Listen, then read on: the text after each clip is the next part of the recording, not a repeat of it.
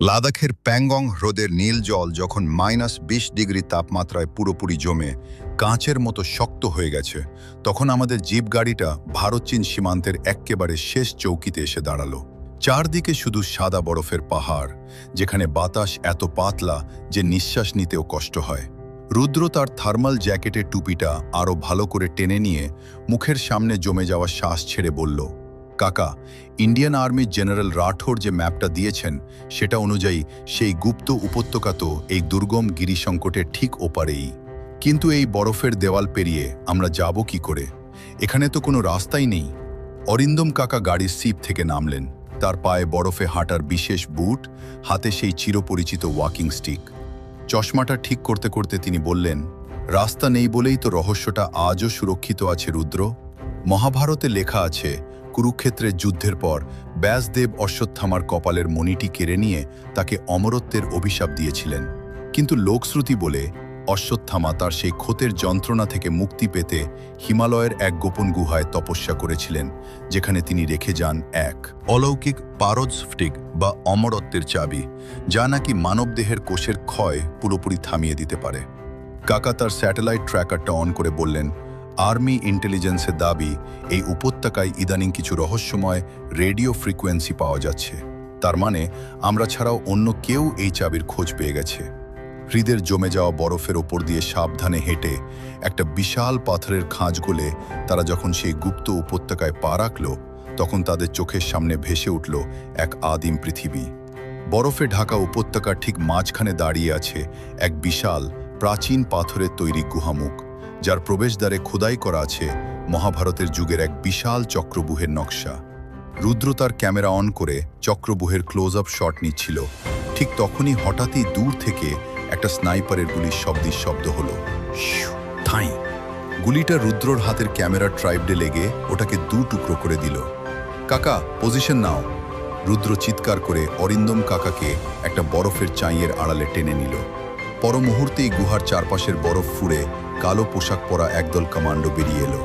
তাদের সবার বুকে একটা চেনা লোগো খোদাই করা, দ্য ব্ল্যাক কোবরা।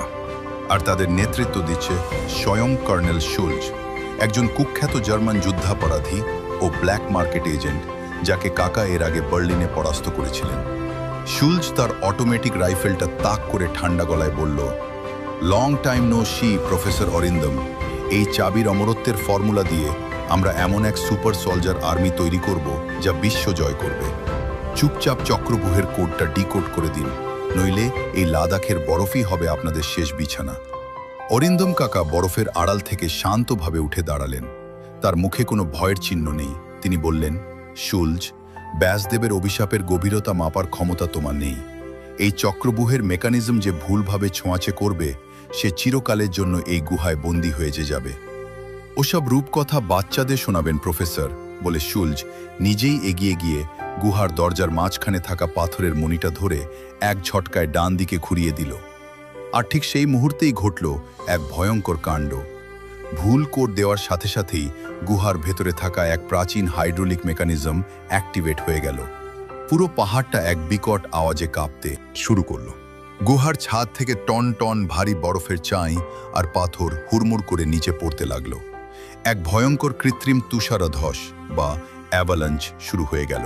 শুলজের দুজন লোক মুহূর্তের মধ্যে সেই বরফের নিচে চাপা পড়ে গেল। শুলজ নিজেই ভয়ে চাবিটা ছেড়ে দিয়ে পালানোর চেষ্টা করল, কিন্তু ওপর থেকে পড়া একটা পাথরের আঘাতে সে সোজা নিচে হৃদের জমে যাওয়া বরফের ফাটলে ছিটকে পড়ল। কাকা, পুরো পাহাড় ভেঙে পড়ছে, আমাদের এখনই পালাতে হবে। রুদ্র কান ফাটানো শব্দের মধ্যে চিৎকার করে উঠল। কিন্তু অরিন্দম কাকা বললেন, চক্রবুহের কেন্দ্রেই আসল চাবি আছে রুদ্র, ওটা শত্রুদের হাতে পড়তে দেওয়া যাবে না। কাকা বিদ্যুৎ গতিতে নিজের ওয়াকিং স্টিকের হুকটা দিয়ে চক্রবুহের নকশা ঠিক মাঝখানে তিনটি পাথরকে নির্দিষ্ট নিয়মে 1, 3, 5 ক্রমান্বয়ে জোরে চাপ দিলেন। এটি ছিল প্রাচীন গাণিতিক কোড। সাথে সাথে গুহার ভেতরের একটা গুপ্ত দেওয়াল খুলে গেল, আর তার ভেতর থেকে বেরিয়ে এলো এক অদ্ভুত নীল আলো ছড়ানো পারদ স্ফটিক বা সেই অমরত্বের চাবি। কাকা চাবিটা বের করতেই গুহার মূল ছাদটা পুরো ধসে পড়তে শুরু করল। রুদ্র দেখল সোজা বেরোনোর রাস্তা বরফে বন্ধ হয়ে গেছে।